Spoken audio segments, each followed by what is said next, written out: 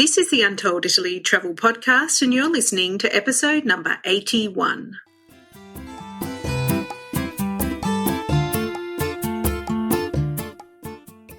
Ciao a tutti and benvenuti to Untold Italy, the travel podcast where you go to the towns and villages, mountains and lakes, hills and coastlines of Bella Italia. Each week, your host, Katy Clarke, takes you on a journey in search of magical landscapes, history, culture, wine, gelato, and, of course, a whole lot of pasta. If you're dreaming of Italy and planning future adventures there, you've come to the right place.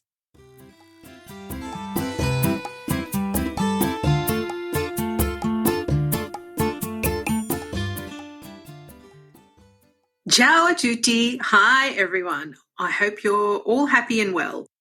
I'm just going to do a quick intro today, as this is quite a long episode, but it's a very important one, all about packing for Italy.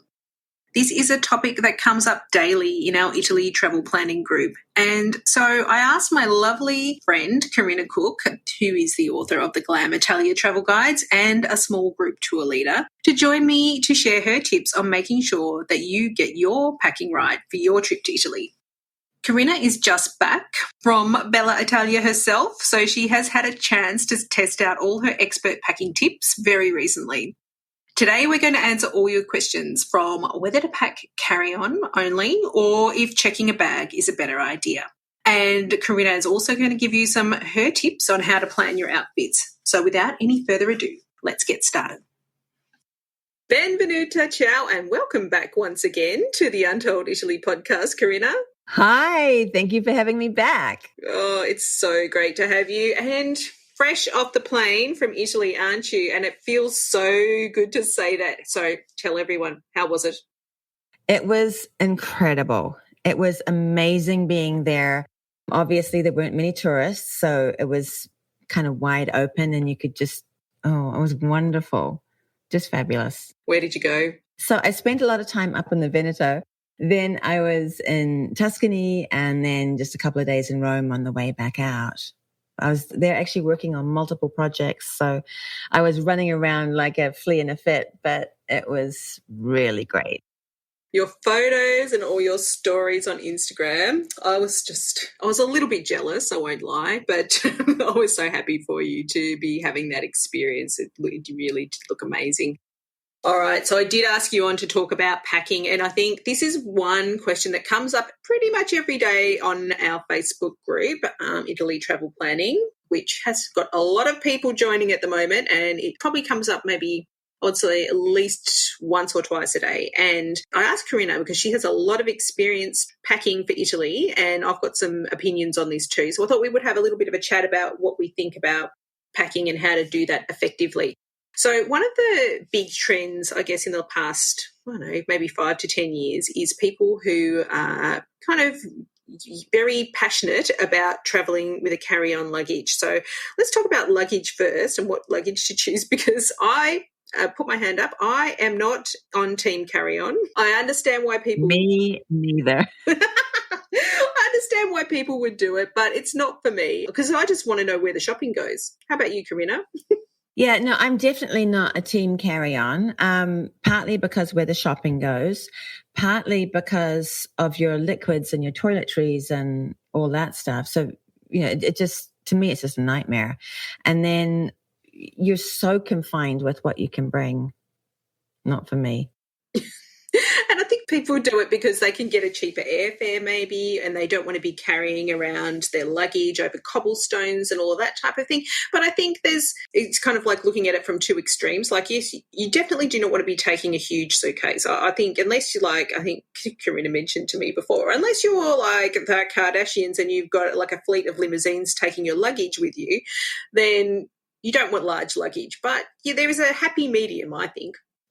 Yeah. So I think like some of the things to consider are, well, first of all, I travel with a medium suitcase. You don't want to get your big suitcase because you're going to fill it up. So part of how I control myself is I use a medium suitcase.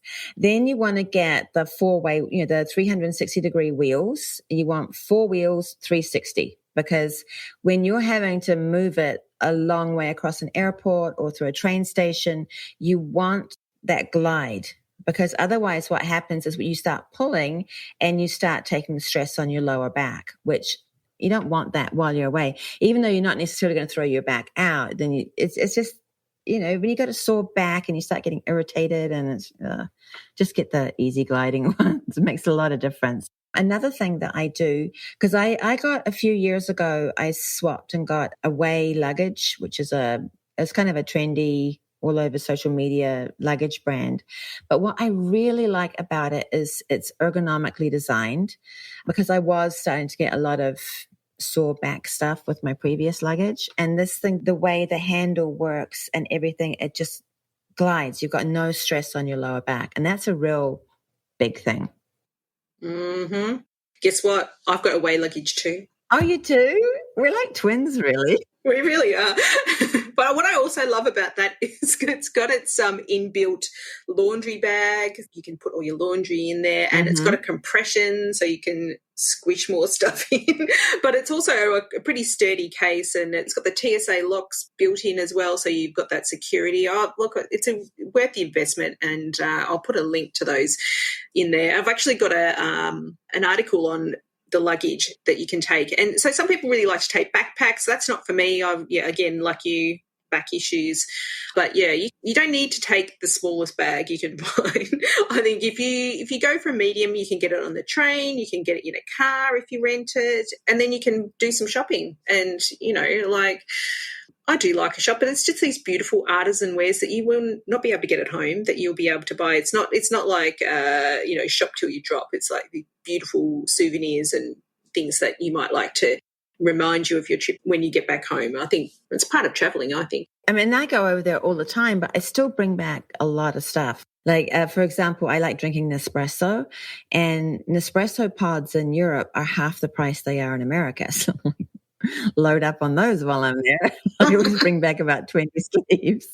And then this trip, I went to a grappa distillery, and oh, good Lord. Just so your listeners know, I'm not a day drinker. I can't do drinking during the day. They're giving me all these different flavors of grappa to taste. And it was really, really good. Like normally I can't even look at the bottle, but I wound up bringing home a bottle of honey flavored grappa, which is fabulous, but that's like an extra whole thing going in my bag. And then 2 wineries gave me wine to bring back, and it's not like shipping back a case, it's just a bottle that's got to go somewhere. And then my friend Silvana, we went to visit her on her agriturismo in Tuscany, and they make unbelievable olive oil, extra virgin olive oil. So she gave me some of that to bring back. And so just those things alone, that adds a whole lot of volume in your suitcase. So, imagine if I'd had to say no. It would have been awful. Oh, you can't do that. That'd be rude. One thing that I like for those bottles that could potentially leak, have you seen those wine wings where they're like the bubble wrap things where you put the bottle in and you ziplock it up and it's safe to go inside your luggage? That's another good tip. And that's also why I like the hard luggage as well, because you don't want things to be knocked around. Well, just sit in any airport and watch the baggage handling for 5 minutes and you'll see why you're better off to have a hard case. Also, I had one time where I was sitting on the plane, this is on a domestic, watching out the window at my luggage, which was when I had a soft case, sitting there in the pouring rain. And I just sat there and looked out the window. My luggage got soaked. And of course that seeps through by the time, you got to New York, and it was just a smelly, wet mess. And I'm like, no, I don't. You wouldn't want that in winter or summer for that matter. Oh my goodness. Well, how about when you go on the plane? I take a tote bag because I can just shove everything in and get it out or whatever. That's what I take on the plane. What do you do? So, well, I normally have a tote and then a larger shoulder handbag, because I want to be able to access everything, and I want to be able to have what I need under the seat in front of me, so that if I'm cold or if I'm too hot or if I want to brush my teeth or whatever I might want to do, I want to be able to access it fast. But before I went away this time, Away has it's not a weekender bag. it's a smaller size. Now I can't remember what it was called. It's like an everywhere bag or anything bag. Like a duffel bag. It slides onto the handle of the suitcase, but it's about a tote size. I know the one you mean, yeah. Yeah, and it was really good. Like you could fit a ton of stuff in there. I don't know, it was just really good. I was surprised at it. When it first arrived, I was like, oh, really? I'm probably going to send it back. But it was actually a really good bag, and it's lightweight as well, which was tremendous. So it was actually lighter than my tote. And thank goodness I had it, because then I wound up with all this extra nonsense I brought back with me. So I really needed that extra space. One thing to think about is what type of travel you're doing. So if your trip's going to involve moving backwards and forwards through train stations, then, and getting on and off ferries and all that type of thing, then you may not want to have a wheelie carry-on bag, because once you're like trying to move through all these people and you've got 2 wheelie bags, it's somewhat of a nightmare. So I like to have something that can sit on top of my suitcase, ideally that I can slide through the handle of my suitcase and pull along, just to make it easier. Good tip. The other one that I have is don't just take the normal tote. It's got to have the one with the zip. Yeah. Because you do not want things flying out everywhere. You don't want things flying out everywhere, and you don't want hands slipping into your tote bag and helping themselves to things as well. So it's good to have one that you can zip closed and keep a tight rein on. Yeah. So I take the tote bag, and I also have a crossbody bag, because I like to wear my crossbody bag. That's I just have a normal one. Do you have a normal one, or do you get a security type one? No, I just have a normal one. But I always wear a crossbody. So for your listeners, we're talking about your handbag or your shoulder bag now. You want to get a crossbody one. And then what I do with all my tour groups is I have them wear it so the opening side is against your tummy, and you have it zip, like all your enclosures are closed, so that if you get in a crowd, because the pickpockets are in the crowds, like that's where they make their money. That's everywhere.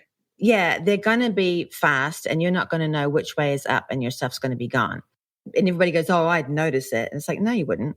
You're better off to just be proactive. And then the thing is, for them psychologically, they want the easiest pickings. So when they eyeball you, if they see you've got a crossbody bag on, the opening side is against your tummy, you've got your hand on it, it's like, why bother with you? Because look at Marjorie down the way. She's an idiot, and she's got a bag open, and she's looking everywhere else.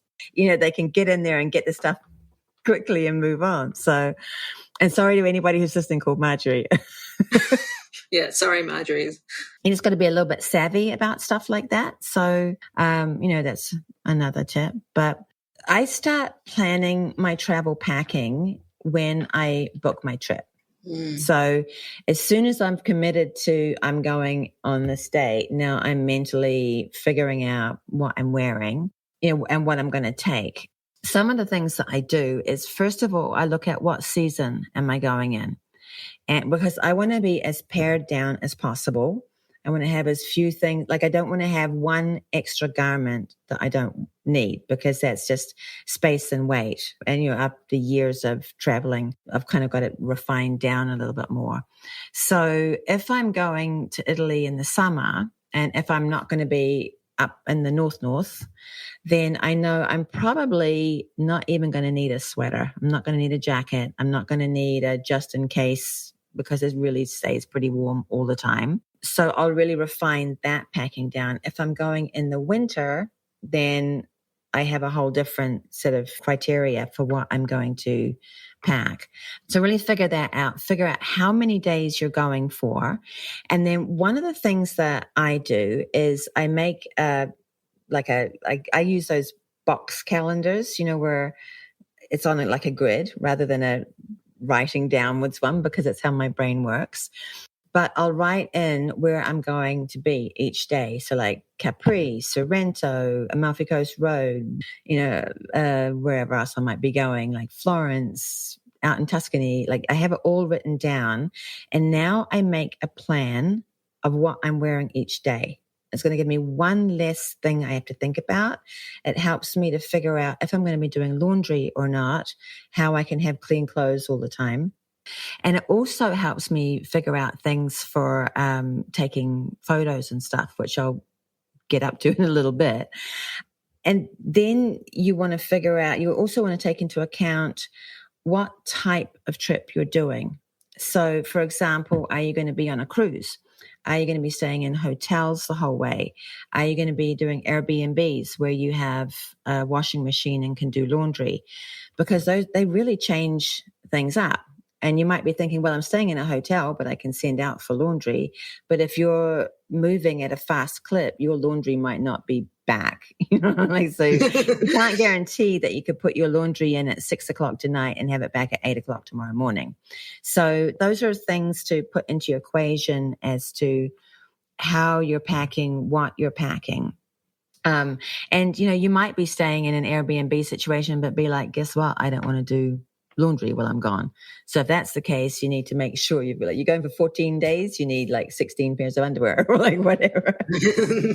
Yeah, exactly. Well, the other thing to note about an Airbnb is that you cannot expect, in fact, it's highly unlikely that there will be a dryer in the Airbnb. So if you think you're going to do the washing and then get it dried the next day, it's not probably going to happen because it's actually quite humid in Italy and it does take, a day or so for your clothes to dry there. So, and they don't have dryers. So yeah, you're not going to find dryers. Electricity is really expensive over there and they don't get a lot into each apartment. So you're not going to have dryers. And like I was there, it was a few years ago now in May in Tuscany, and I was wearing jeans and I threw them in the washer and then hung them out to dry, and like the next day they were still wet, and the next day they were still wet, and the next day, like it was ridiculous. I'm like, I'm not going to be. Yeah, I mean, fabrics are really important, aren't they? Just to actually get the right fabrics. Very, very, very important. And that was the next thing I was going to talk about is really when you're starting this whole planning process, you really want to think about the fabrics that you're going to be traveling with. And now they have so many man-made fabrics that are designed for travel that they're phenomenal. They'll wash out quickly, they'll dry quickly, they won't sweat while you're wearing them, they won't crease. There's all kinds of great things like that seems like, no big deal, but it can be when you're traveling. Like if you get somewhere and there's no iron and your cotton skirt's all like scrunched up and looking rotten, then, that's not quite so much fun. One of my best tips is, I plan what I'm going to wear on the plane, and it's actually my flying uniform. So I don't actually plan it because I don't change it. But I have that outfit that I fly in on and that I fly out on doesn't change. And it's the only time those things get worn. So that's like a big thing to not have to think about. But I incorporate merino. So you'll know merino from being in Australia, but I think probably a lot of Americans won't be conversant in it. So merino is a wool, but it's really fine, like almost like a t-shirt fineness. And if you're someone that gets itchy from wool, which I do, I can't wear wool anything, merino doesn't itch.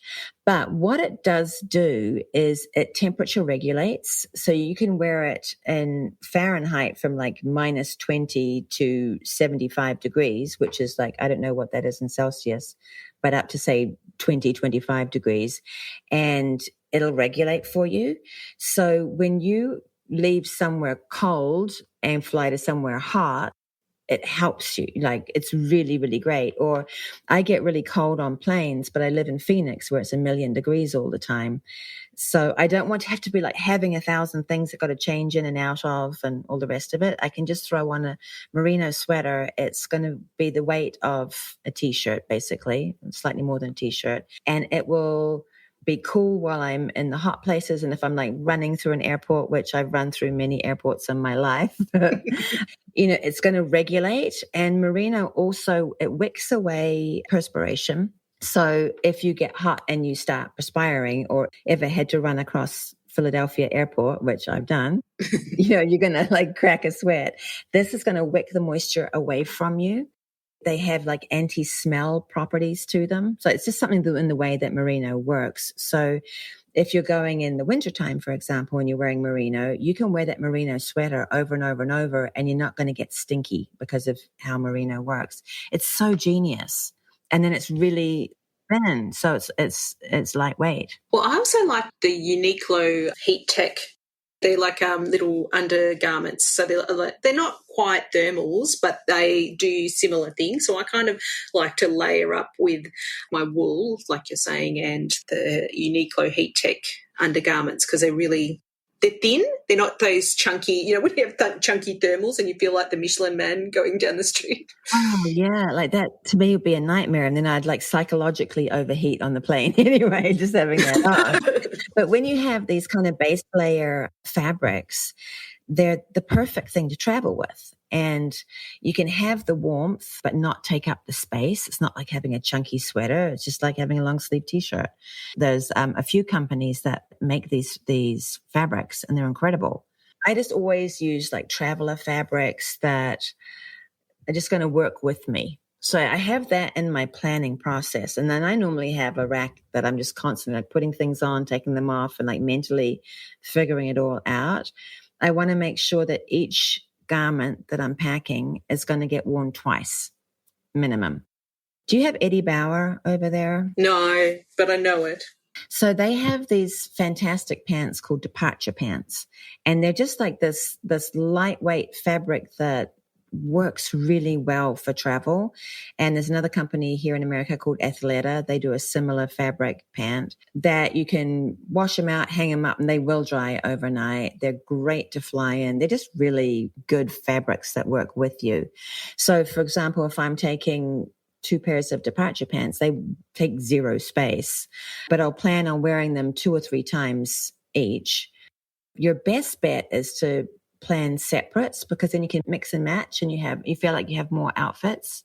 I tend to, because I'm there all the time in the summertime, so I tend to wear a lot of summery dresses, and I just find lightweight ones that I can hopefully not take up too much space with. Yeah. What do you do about colours? Because I've got this rule that I have like a 3-colour rule, and I try and just have everything in that kind of hue ballpark so I can really easily mix and match, because when you try and add in lots of different colours, it starts to get really complicated. And I can't cope with that. So in my normal life, I wear like a lot of bold colours. So I'll try and like I always wear colour over there, and I'll talk about that in a moment. But I try and kind of curtail a little bit so that I can just make sure I've got things that are working well with one another.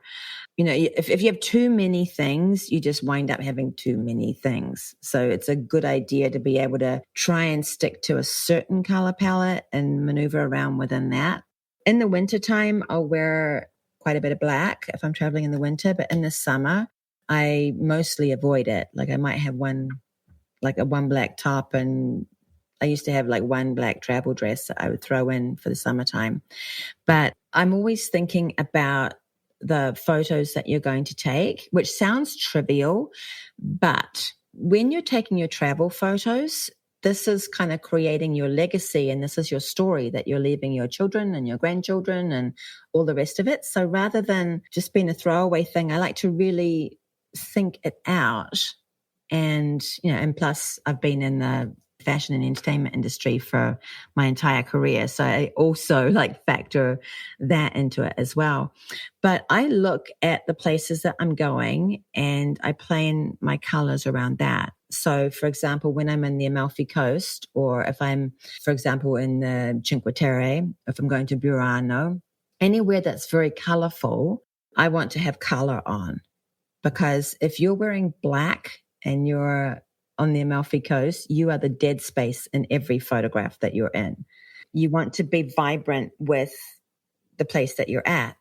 If you're, for example, in Siena, or if you're trotting around, all these little towns in Tuscany, and you're wearing a sand-colored safari suit, you're gonna disappear. Like black works well in those environments.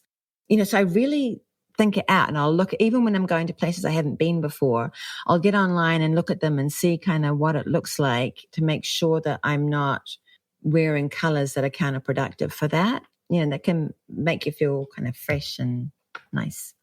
Well, there's nothing worse, I've got to say, than getting your photos back and you going, oh, this was such an amazing time. And then I think we can be overly critical of ourselves in photos anyway. I think generally people can be. But I think you're right. You want to have those photos that remind you of, and like I can really remember what I was wearing in Capri on my favourite day trip of my life. I can remember exactly what I was wearing and I loved it. And it was fun and it was like a blue and white ginghamy thing with a big flower on it, and I was like, oh, I love this top. I don't have it anymore. I don't know where it is. But yeah, it did have that real Capri kind of vibe about it, and I do think it's fun to do that. I mean, not everyone finds that fun, but I do. Yeah. And, like before I really thought about it too much when I was going to Italy and I wasn't really thinking out the colour game, I look now at those photos from like 2011, 2012, I don't know what I was thinking, but I certainly wasn't thinking about that. And, when I'm doing blog things and newsletter things, those photos I can't really use because I'm like, what the hell was I wearing? What was I thinking? A lot of people sort of want to kind of blend in when they're in Italy, but I think the thing is that you've got to understand is that Italians, they are very stylish dressers as a general rule, and they just sort of have some innate kind of style that they must learn in the womb or something like that. But it is a very European style, and you're probably not going to be able to replicate that so much. So you have to be comfortable. You have to be comfortable and you have to be not sweaty, and like you don't want to wear fabrics that are just going to not feel good on you, And I also say to people, you probably will swell, you'll swell on the plane. And if you don't live in humidity and you're going there in the summer and it's humid, you will swell. So if you're wearing clothing, for example, that's fitting around your belly or that's fitting around your thighs, if you swell, you're going to be really uncomfortable. So I try and factor that in as well. But it was interesting on the trip that I was just on, one of my friends came along to help me out, and she's a fashion stylist and she was a magazine publisher as well. And very New York, and she wears black and she wears white, and that's her lifetime color palette.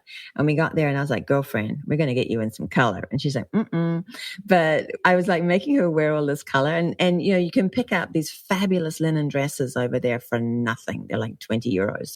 But we got her in all this color, which at first she was really uncomfortable with. And then I took all these photos of her outside the Colosseum, for example, and she had on a magenta, actually the matching one to this one that I'm wearing right now, linen dress that we both picked up for 20 euros.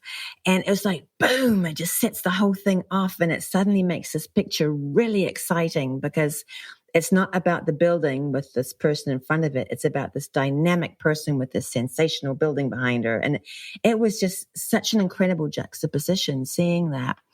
And so she's a full convert now to wearing color. I know, it sort of happens though when you go somewhere. I know if I ever go to like a surf town, I suddenly decided to become all like hippie. Yeah. It rubs off after a while, but you can definitely pick up some beautiful pieces and up your outfit game for sure. Yeah, you don't have to be spending a lot of money either. So much of my life has been on single mummy budget. So mentally, I'm always going to that space. I don't want to go out and spend a ton of money for my trip. I just want to make sure I've got fabrics that work, colors are going to pop in the right situation, or if I'm going to be wearing black or neutral, I don't want it to be in the wrong space. Like if I was wearing neutral, tanny, beigey colors and I was floating around in Tuscany, I'd be like this floating head. You wouldn't see like, oh, look, her body blends into the building. It's so true. I don't think, I never actually consciously thought about that. So that's an excellent tip. Now, I've got one very important item of clothing that we need to discuss, and that is shoes. So, ladies.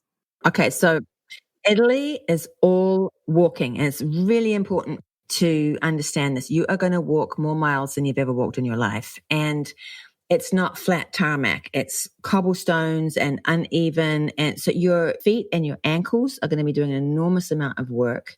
So you need to be in flat shoes that are comfortable and that are going to support you. Otherwise, you're going to, wind up with either going over on your ankle and, spraining your ankle, your footwear, when it's supporting your feet, it's also supporting your lower back. So if you're wearing shoes that don't have any absorption in them, your lower back takes that stress. And then what happens is your upper back tries to compensate.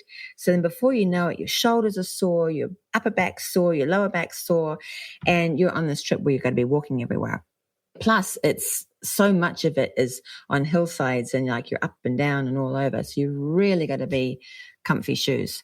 So in the summertime, I do I'll take one pair of like good sneaker type shoes, not ugly sneakers, but like, you see photos of people wearing these ugly, big clumpy sneakers. Like, you don't want to do that. Like, wear something that you feel nice in, but something that's really going to support your foot. And I'll often put over here they call them like Dr. Scholl's. I call everything Dr. Scholl's.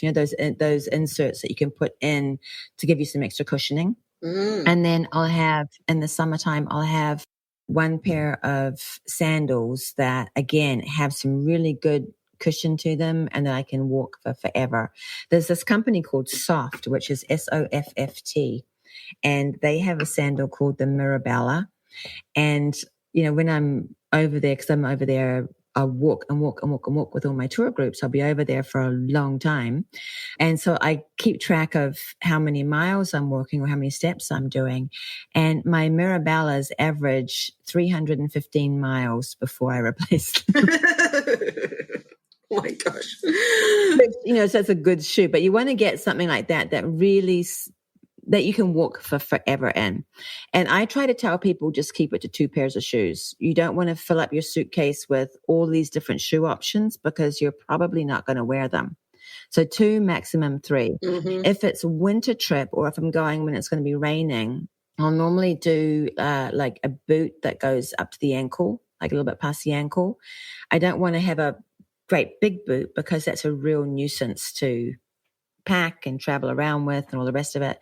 And then I'll have like another pair of sneakers. But if you're going during rainy seasons or during the winter, you need to factor that into your shoe game and have something that's waterproof. Because again, when your shoes get soaked, they are not going to dry. There's not a dryer to put them in. No, it's just going to be uncomfortable. Yeah, I totally agree. I am in the flat shoes club with the sandals, comfy sandals in summer, and sneakers and boots. Now, we've got in Australia, we've got a couple of really amazing brands, which I am not affiliated with in any way, shape or form, but which I buy myself. And they're called Baird and Frankie 4. And they make some really nice shoes, really fashion conscious shoes that are like orthopedic. They've been designed by podiatrists and they're amazing shoes. So if you can get something like that, I think it's really great. I have never had a blister. I have never had, any feet problems at all. And they're like designed to help you back as well. It's worth investing in those. Yeah, it's so important. It's so important. So I entirely agree with that. Yeah, and I think the only other thing was if you're going to be spending a lot of time at the beach, you need to know that most of the beaches are quite rocky, so you might need to have some sort of swimming shoe action. Yeah, if you're going beaching, you want to do a little research on where you're going because there are, a lot of volcanic beaches, or there's also lots of sand beaches. Like whenever I'm in Venice, I always go over to Lido. I always block off an extra day in Venice so I can go to Lido, or at least a half day, and I'll spend it on the beach because you're on the Adriatic and it's beautiful and it's clean and the water's gorgeous. And so that one's a sandy beach. But for example, when I'm down in the Aeolian Islands, that's rock beaches. And you're going to want, you're not going to be able to handle doing that with your bare feet. Oh, nope. Yeah. So you really want to do a little research. You want to do some research when you're beaching. Actually, while we're talking about beaching, another thing that you may want to throw in, because depending on where you're staying, they're not necessarily going to have beach towels for you.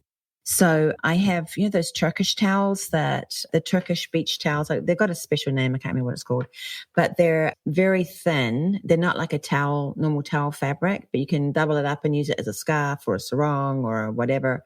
Well, I can never make any of that work, but look at all people do madly chic things with them, but they take up no space and, they're a good towel to have with you. Oh, another thing that I had here that I want to talk about is planning for ladies, planning your underwear. So really, you don't want to have like stacks of multicolored things with you. Ideally, from a fashion stylist perspective, if you have nude and black, if you're wearing black, and just work that color palette, it's going to go with everything. And so that's one less thing to think about. And if you have the kind of thighs that connect, you're going to want to have something that's going to stop your thighs from chafing. And that's not about being fat or being thin, because I had one person travel with me who has the best legs I've ever seen in my life. And I've worked with models and supermodels for forever, but her inner thighs connected. And like halfway into her first day, she was just miserable. And, you know, the skin was all torn up. So if you think that might happen, or if like swelling a little bit would put your thighs together, you need to think that out. And there's lots of like underwear that you can get if you're wearing skirts and dresses that will just extend down a little bit and stop that rubbing. There's products you can get like anti-chafing products, but typically they don't really seem to be particularly good. But it's something to think about, because if your skin is torn up, and you know, sometimes it can be just raw, and that's not fun. No, we don't want that. You want to be enjoying yourself. Yes. So, well, actually, if we talk about toiletries, that's another really important one. And I know a lot of people say, well, when I get there, I'm going to go to the store and buy stuff, and then I'll just leave behind or throw out what I don't use. I'm not a fan of that, because first of all, you can't guarantee that when you get there, the shops are going to be open, because oftentimes they're not. You can't guarantee you're not going to be delayed getting in, which has happened to me several times. I'm a big supporter of decanting the products that your skin and your hair are used to, and taking that in small travel size bottles. And my rule is what you take in, you take back out. So it's very environmentally damaging to be throwing out all these soaps and throwing out body products and everything. So you don't want to be part of the problem. You want to be part of the solution. You know, if you have that mentality of the bottles that I go in with, come back out with me, then you're going to pack down what you need and just have that. And then like for things like your shampoo and conditioner and, you know, some of your body products and things, you want to take something that your body knows and knows how to work with, because you don't want to get there and go, oh, you know, buy this product, and suddenly you've got this itching scalp and you're flaking all over everything, and or like have something that your skin's going to react to. So I always think, you know, just take what you know works, just decant it down into travel bottles. For me, I have a keratin treatment in my hair, and if I don't use the right shampoo, it's a wasted investment. And the other thing I really like about my keratin treatment is that I don't need as much intervention from a styling products perspective. So I don't need to bring so much stuff that way. But I've got to tell you, I always bring my hair dryer, because unfortunately, you know, those hair dryers you get in hotels for some reason, or, you know, if you're staying in an Airbnb, they're just like blowing like a soft breeze. My hair will not dry in that regard.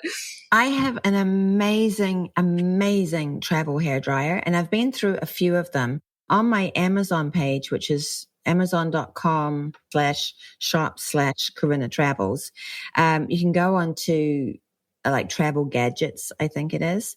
And honestly, this hairdryer like fits in my hand like that. It's really small. And when it first arrived, I was like, oh, I don't know about this, but it's really powerful. I have got like enough hair for 4 people. I've got so much hair, and I can totally like blow out my hair with that. It's really powerful. It's really good. I can't remember what it's called now, but it's on that Amazon page. I mean, I don't know about you, but my hair is quite important to me. If I'm not going to feel great, it's kind of like the outfits as well. I'm not going to feel great unless my hair is looking fairly reasonable. So I think it's worth taking. A lot of people will say don't bring your hair dryer, but I don't agree. I think you definitely want to bring the things that are going to make you feel pretty and feel nice. and like I used to get a keratin treatment, and I need to again, like on this trip, my hair looked like a toilet brush most of the time. It was just impossible. It was really humid, and I don't know what was going on with my hair, but I kept looking at photos and being like, oh my God, look at my hair. It's all over the place. I think you're being a bit harsh. They all looked pretty fabulous to me. I only showed the ones that I was like doing a lot of work with. So yeah, with your toiletries, do decant them down into small travel bottles and get ones that are specifically for travel so they don't leak in your bag. Another thing is they get, depending on how much rain there's been, there's a lot of bitey mosquito things over there. Now, if I'm in country, you're fine. They're going to blow right past you and find me. They like eat me alive. And I have found the only insect repellents that work for me are ones that have DEET in them, like really high amounts of DEET. There's one you can get here in the States by REI called Jungle Juice. That's the only thing that saves me. And I'm one of those people that I not only get eaten alive, but everything swells up in these big red golf balls and I look like I've got leprosy or something, and it's kind of blows the vibe a little bit. Yeah, it's really important though, because again, that can make you feel miserable. You don't want to be feeling miserable on your trip. I think it's really important. My kids get those same welts, and I don't get them myself, but now I can see just how miserable it can be if you get them. So it's worthwhile getting the repellent that you know. Yeah. I have a super tip for everybody listening. If you are someone that gets bitten, what I do is I take a small Ziploc bag with baking soda in it. And this is this fantastic trick. If you're super sunburned, which can happen, or if you have bites and you're itchy, you make up this paste with like a teaspoon of baking soda and you just drop in enough water until you can get it into like a creamy paste texture. And you paint that on your bites. And I swear it's a lifesaver because you just let it sit there until it dries. And then once it's dried, it'll naturally like fall away. But it takes all the redness out. It takes all the sting out. It takes all the itch out. And so, and the swelling. I had one of my travelers, she got bitten right under her eye. And it was like this big swollen carbuncle. It looked horrendous and it was bright red. And we put that on. It took about 30 minutes and boom, it was done. I love this tip. It's a lifesaver. And, it takes up no space in your suitcase. So I don't go anywhere without it at all. Mm. And then I recommend bringing shower gel rather than hard soaps because hard soaps you tend to leave behind. And again, that's part of the problem, not part of the solution. You want to make sure you've got your deodorant with you, obviously. Well, I was going to ask you about makeup because you're a makeup artist. I'll be really interested to know what makeup you take with you. So I really streamline it down. You want to have one look that, so your foundation and cheeks and eyebrows, whatever. It's like one simple thing that you just change your lip color or your eyeliner to modify. But you don't want to have lots of makeup there with you. It's just a waste of space.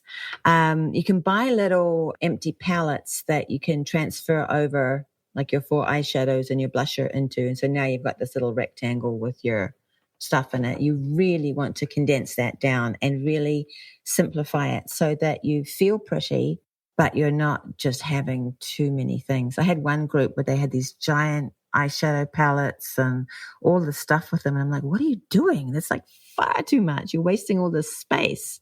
Just keep it really simple. Yeah, when push comes to shove, you might take it all, but then you get back and you realise you haven't really used it. And I think becomes a bit disappointing because then you realise you haven't used it and then you realise that you've been lugging your suitcase around and it's been really heavy. And you're sort of like, I had these reflective moments where I've gone, yeah, that's when I've had to change. And it does take a few trips, I guess, to sort of figure that out. And I've happily come to that realisation. And even just like what I like to do is get my eyebrows done. And so I don't have to, or my eyelashes tinted, so I don't have to even think about that stuff really, so you don't have to carry all of those things with you all the time.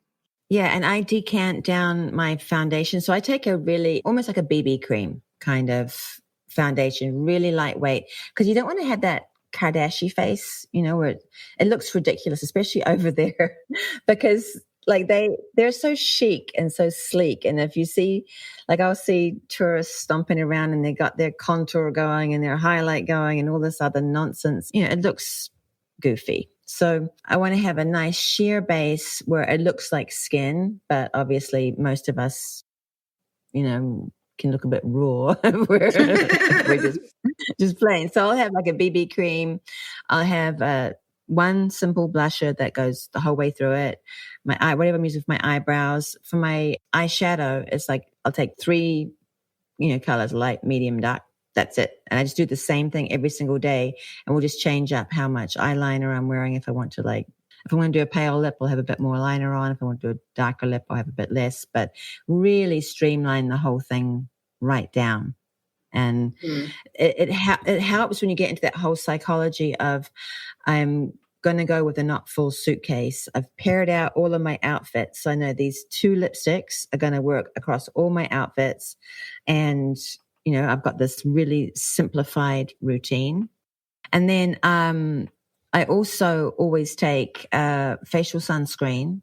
Like being a makeup artist, I use a facial sunscreen and a body sunscreen, like 2 different products. But I, get those either in travel sizes or I never take a full size sunscreen, and I just get them in travel sizes.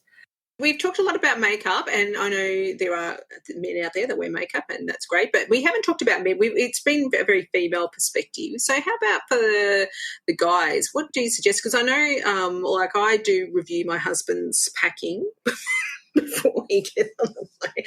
So I think, I think it's, again, jeans are problematic, I would say. Like, you can, yes, have jeans in winter, but if you're used to wearing jeans a lot, I would suggest the chino style of pant is really the way to go. And like a collared shirt, even if it's a polo, I feel like Italians men are a little bit smarter than what you will see in our countries, just as a general rule. For sure. Like here in America, or where I live in America, you see lots of men wearing cargo shorts and graphic tees, and that's just, you don't see that over there. They're very stylish. But I think especially when you're going to be going out to eat and things, you want to have a collared shirt if you're a dude, and, a nice pair of pants, but they've got to be comfortable too. So you don't need to bring suit pants or a suit jacket or anything like that. Just something that looks smart casual. And that you're not going to die of heat in. And just even the shoes, my husband's got these, they're lace-ups, but they're not sneakers, but they're soft. They're kind of slightly smarter. And I know he always feels a little bit more comfortable, in those. But he looks Italian. I mean, he's Italian, so. He is Italian. But you want to, again, they need to be able to walk around, walk all day. So always factor that in with your footwear. And there was one thing I forgot, and this is a biggie. For when you're flying, you want to be wearing compression socks. So you want to get the ones that go up to your knees, and, you can get them everywhere. They're, even in the supermarkets and pharmacies and stuff, but you want ones that are going to crunch onto your legs and bind you up. And what they do is they exert pressure from your foot all the way up your leg, and they keep the blood circulating. So it stops you from swelling. And especially when you're doing long haul flights, you need to be concerned about DVT, which is deep vein thrombosis. You've got to keep that fluid circulating. And the difference in how you feel when you're flown with compression socks versus not is unbelievable. Yeah. But also you might find, again, with all the walking that you do, and especially if you're there in the summertime when it's warmer and it's more humid, you might find that at the end of the day, your calves and ankles are really swollen. And I was really paying attention on this trip, because when there's not this sea of tourists, you can really actually look at people and see what's going on. And I kept seeing how many people had swollen calves and ankles and feet. So if that happens to you, you can wear your compression socks to bed, which is mad sexy, but I was going to say, but it really will take that swelling down. And again, it can be very uncomfortable. I had one person on one of my tours who, again, and it's not about being overweight or underweight or anything. She had amazing legs, but she swelled up and her feet and ankles were so swollen for the first few days. And so she was having to wear compression socks every night. Well, mine actually, because she didn't have any to help bring that swelling down. Yeah, because if your feet swell, and I might be talking from experience here, that you may not be able to fit into your shoes, and then you might have a problem with, you do not want that on your trip. You do not. Now, I've got another section of packing. This packing is so important, isn't it? There's so many things to think about. But it really is important. The tech. I mean, I always take my phone and a camera, but then you've got all the extra bits, the charging cords. But I like to take a power strip.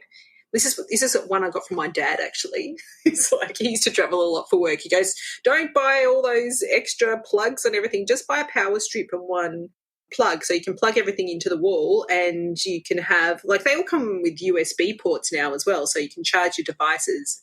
They do. So what I do is I pack a power adapter, because they have different voltage over there. And if you, for example, coming from America, if you plug in your hairdryer or your curling iron, for example, into just you can get the things that just have the prongs that go in the wall. If you do that, it's going to fry it like the second you turn it on, because it's going to get too much electricity coming through. So you want an adapter. And again, on my Amazon page, I have like pictures of the ones that I use. They cost nothing. You can get them anywhere. They cost about, $20 now, $25. And they will convert to the voltage of the country that you're in. So I just slide it over to Europe, and it does everything. And they all have nowadays, they all have 4 USB ports as well. So you can be charging anything you need to charge. But the big thing is plugging in your electronics, your hair stuff and all that kind of thing, because you don't want to blow them. We're lucky here in Australia. I think we've got the same voltage as Europe, so it doesn't have that same problem. But, I've heard a lot of people have had ruined their things over there. Yeah, the US voltage is 110, and I think all the rest of you are 220 or something, so 200 and something. So it's just an automatic fry. So if you don't have that power adapter, you Americans listening, you will fry your hairdryer or your curling iron or whatever it is you're plugging in. It's going to fry like that. And then now what's your plan? I would cry, actually, if I didn't have my hairdryer. I know that sounds vague, but it's true. No, I totally would.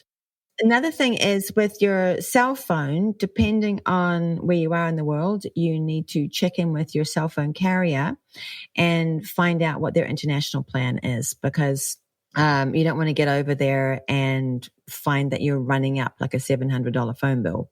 So here in America, it's particularly pertinent. And then what I do is, because you want access to lots of data and fast data, especially now when we're uploading so many things, and you want to be walking around with data so you can work your maps and you can Google, what is this thing I'm looking at and everything. I have I don't know what you call them. It's like a little Wi-Fi hotspot thing. It's about the size of a cell phone.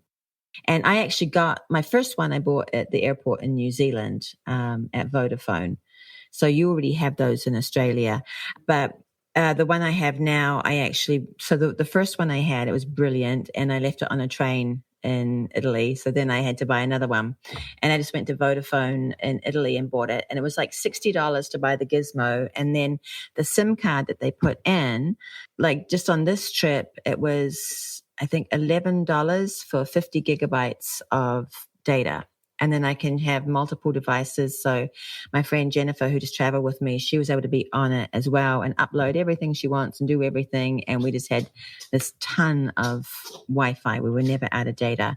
But here in America, there's a couple of companies that make those things, but you have to be on a monthly plan with them, and they only give you a small amount. And it's nonsense. I've actually got a Skyroam that does that, and it works really well. And you can buy it. You can buy a monthly plan, or you can just buy it by the day, or you can buy data packs or whatever.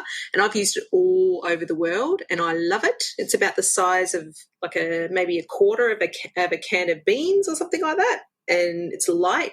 and you can connect. I don't like, a lot of people say get a SIM card, but what I don't like about that is a lot of the security of apps and even my bank now is tied to my SIM card.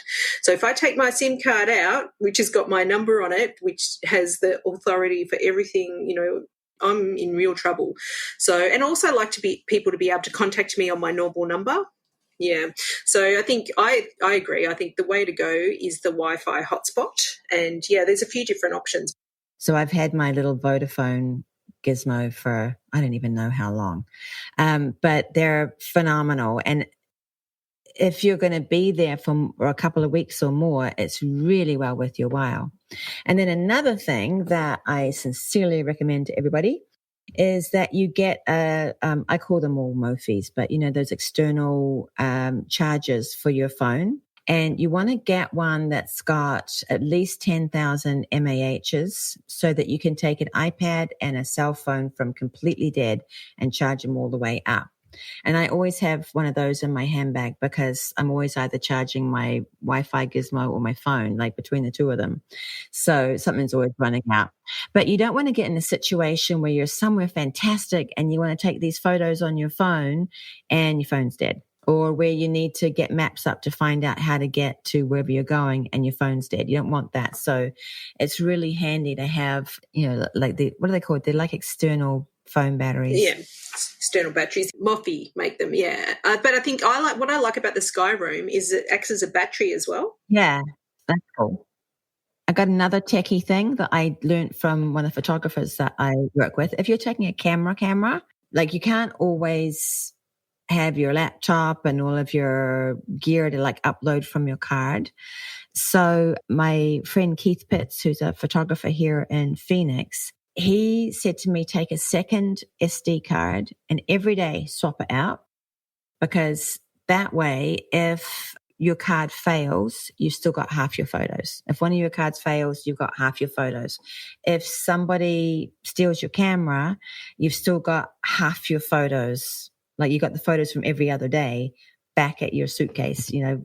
So it's just a little photographer trick, but I think it's quite brilliant because I have known people who've like had a card wipe and they've lost everything. That'd be floods of tears. Oh my God. I can't even imagine. And then for a selfie stick or one of those, you know, those tripods are really good. You can get those they've got little bendy legs. They little like 3 legs and they're bendy and you can wrap them around a tree. You can wrap them around anything or you can stand it up. Those can be really good. And you can use that kind of sort of as a selfie stick, although the selfie stick sellers like are everywhere in Italy. So if you wanted one of those, you could use that. And I take a Kindle with me. So I used to forever just use my iPad and have the Kindle app on my iPad and read books that way. If you're like me, I'm an avid reader. So I don't want to be carrying tons of books with me. Finally, at Christmas time, bought myself a Kindle and I'm like obsessed with it because it takes up no space and weighs nothing. And it can have something like 3,000 or 5,000 or I don't even know, all kinds of books on it. So that's another real help. I've got some other random things that are good too, like a reusable shopping bag, because you go to the shops, they don't actually hand out shopping bags in Italy. You have to actually purchase them. And so I like to take one of those ones that just folds up and you can just put into your handbag if you want to be doing any grocery shopping. That's one of my favourite things to take. I always take, have you ever seen these collapsible water bottles? Yep. Because in Italy, you can go fill up your water in taps that have been there for centuries, you know, fountains with very fresh drinking water. So you don't have to actually go and buy bottled water. If you're out and about, you can just go fill up. And I like the collapsible ones because once you finish, you can just shove them back in your bag. And that's actually a really big sustainable travel, eco-friendly thing to do. The biggest eco damage that really is happening is from single-use plastics, so the plastic water bottles. And if you think about it, on a hot day, how many water bottles are you going to buy? Like it can be quite a few. And where does all that go? So I always think about Venice when all the cruise ships are in. When you've got 5 cruise ships in, you've got 20,000 people. If each of them buys 1 bottle of water, that's 20,000 bottles that have to go somewhere. And if you think, well, what about if they're buying 2 bottles or 3 bottles? Like that's just horrible waste that, it's a nightmare. So having a collapsible bottle with you, or buying one bottle of water and then just keeping on refilling it, is tremendous. And then you'll see, they call them nazzone. They're like a fountain with this thing that looks like a nose that sticks out, and they're perpetually running. So you get no bacteria in there, and the water is really icy cold. So you stick your bottle under, fill it up, and away you go. It's brilliant. The other thing I know for our American listeners that it's not really a thing here, is washcloths. Hotels don't have them. That was on my list. You beat me. But tell us about that, because it always baffles me in the Facebook group. Everyone's getting quite concerned about washcloths, and we don't really use them here in Australia so much. Yeah, so they don't have them in Italy. So if you're someone that uses washcloths, like I use them when I'm taking my makeup off, I use them to cleanse my skin at night. You want to pack a couple with you. And I always pack, so one of my few exceptions on the single-use plastics is Ziploc bags. So I'll always pack a handful of Ziploc bags for anything that you've got that's damp that has to now go in your suitcase. So if you're a washcloth user, chances are when you're packing and moving to your next place, that washcloth is still going to be damp. So if you can put it inside a Ziploc bag, it's going to help you out. And you'll find that they're just really handy to have. If, for example, you're Airbnb-ing it and you've been to the grocery store and bought bits and pieces and now you're moving, having Ziploc bags to put them in really helps. And then I also bring, for example, laundry detergent with me. So I'll have that. Like I don't want that opening and spilling in my suitcase. So that's going to be in a Ziploc bag as well.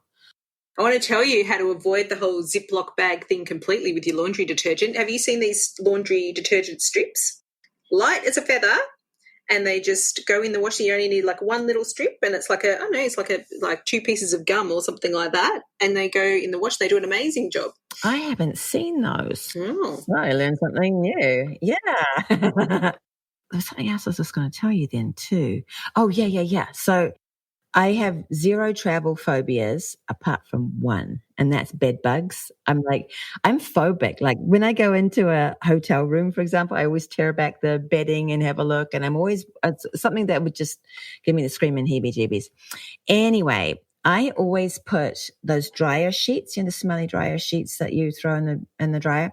I put those in my suitcase just to keep suitcase not stinky, because when you're traveling, your suitcase can start getting smelly, and then that makes your clothes smelly. So you don't want that. So having dryer sheets, just, 2 or 3 dryer sheets in your suitcase will keep it smelling fresh. But I found out that bed bugs don't like dryer sheets, apparently. So if you put your suitcase on a bed that's got bed bugs, they're going to go away from it rather than go to it.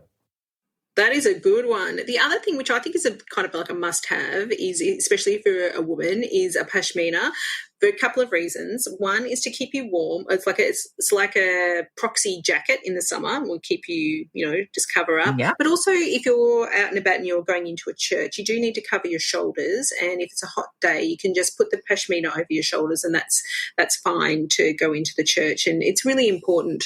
Unfortunately, someone very famous in the world did enter the Vatican the other day without her shoulders covered, which I wasn't very impressed with, to be quite honest. But all she needed to do was cover her shoulders with a pashmina, and it would have been much more acceptable.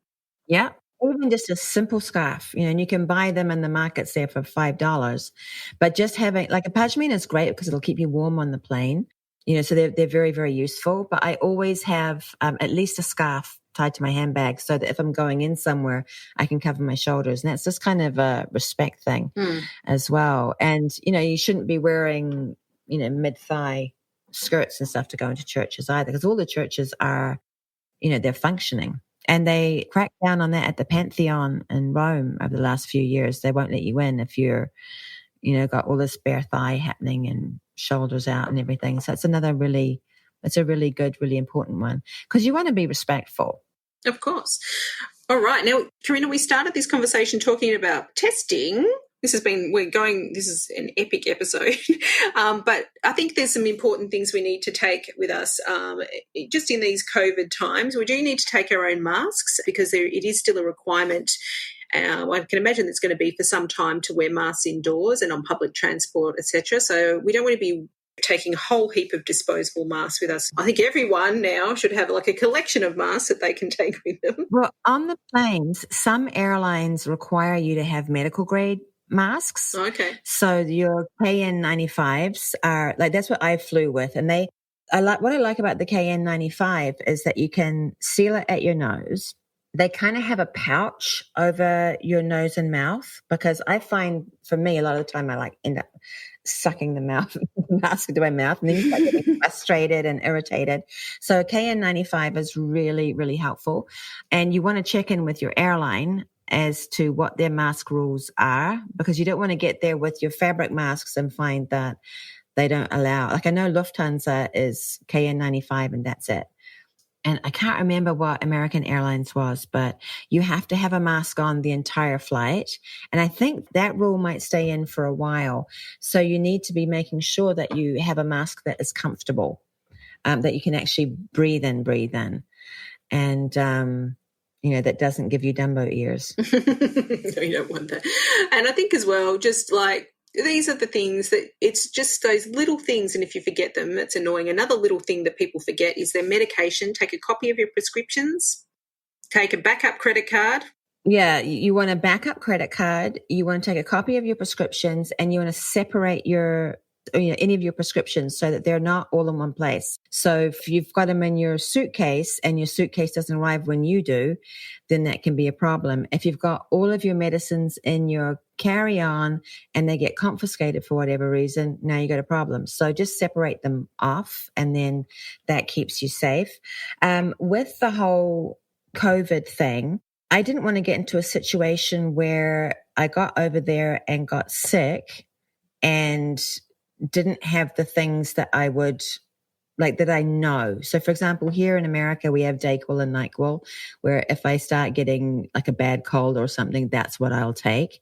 I didn't want to be over there and feeling sick and having to figure my way through a pharmacy for what I wanted to use. So I took some bits and pieces for that and some extra hydration, like electrolyte packets and things like that, which, I'm fully vaccinated, so I wasn't expecting to get sick. I just don't want to be in a situation where I am and I don't have with me what I need. Yeah, I'm the same. It's a balance, isn't it? You can always buy things over there, but I prefer not to waste vacation time going to buy things. Yeah, and it's just that thing of if you're not feeling well and you know the products that you would use at home, if you can get them in travel sizes or in like capsule form instead of taking bottles of things, that can be a game changer. Just the psychological, I know that Dayquil and NyQuil work, so I take those and boom, we're done, it's over. Yeah, you have to make a judgment call.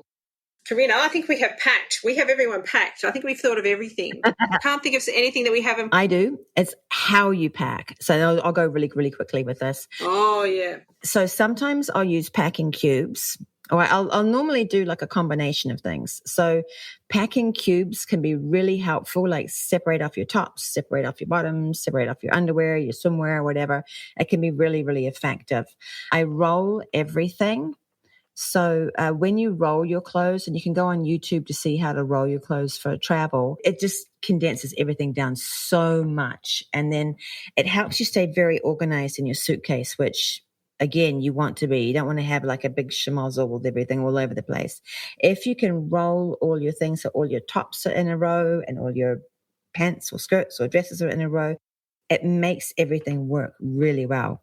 And then my friend Jennifer, who just traveled with me, she's one I was talking about as a fashion stylist. She uses space saver bags where everything goes in these like 2-quart bags and the air sucks out and they're like so compressed. And so even though she had the same number of outfits as I did, she had a half suitcase because everything was just compressed down so much. Was everything creased? That's what I'd be worrying about. No. So, and I take a small, it's like 100 ml or 3 ounce bottle of Downy spray, which you hang your stuff up, spray it, and all the wrinkles drop out. So it's really effective. Oh. But the rolling is a game changer. It's so great. I swear by it. Well, I love my packing cubes, especially if you're traveling with kids or, you're sharing a suitcase with someone. You just need them. We have the color coordinated Griswolds Griswold's family vacation, packing cubes. So it just makes things a lot easier when you're packing and unpacking for a family. But yeah, I love my packing cubes. Yeah, well, even for an individual, because it helps you stay really organized with what you're bringing and what you're wearing, and you know where everything is. And the more you can keep that side of your trip organized, just the easier everything goes. I think so. I like to be organised. I think most of the people that listen to us really like to be organised. We're not wing it kind of people, I don't think. I think we're all in the same wheelhouse here. I can be disorganized with other things, but like just knowing what my outfits are going to be, what needs washing, what doesn't, like it just clears a whole lot of mental space, and I can focus on other things like grappa tasting. That's the most important. Oh, Corinna, thank you so much. You always have such excellent advice for our listeners, and I know they would like to stay in touch with you. So how can they connect with you and your work? So my website is CorinnaCooke.com. So it's CorinnaCooke.com. And that kind of links out to everything. I have a newsletter that comes out twice a month that's all about unusual places to go to in Italy, places that you don't otherwise know about, or within the big cities, things that you haven't heard of. So it's kind of fun. Yeah. So if you go to the website, it's easy to link out to everything there, I think. And I think it clicks into socials as well. Oh, it does. And we'll provide all that information to our listeners as well. Grazie mille, Corinna, for being my partner in crime again on Untold Italy. Thank you for having me back. It's been so fun. We always have fun, and I'm so glad you made it back to Italy and had such a wonderful time. And let's hope we are all packing our suitcases very soon. Grazie. Ciao, everybody. Bye. Wow, I think we covered everything there, and if we didn't, please let me know. I'd love to hear your packing tips too. As always, you can reach out to us at ciao@untolditaly.com via email.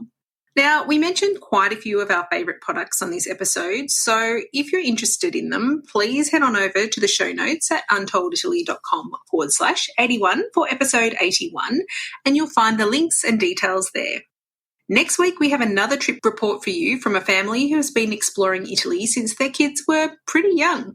Now they're all grown up and they made a last-minute decision to visit Sicily at Christmas time a couple of years ago and can't wait to return for more adventures.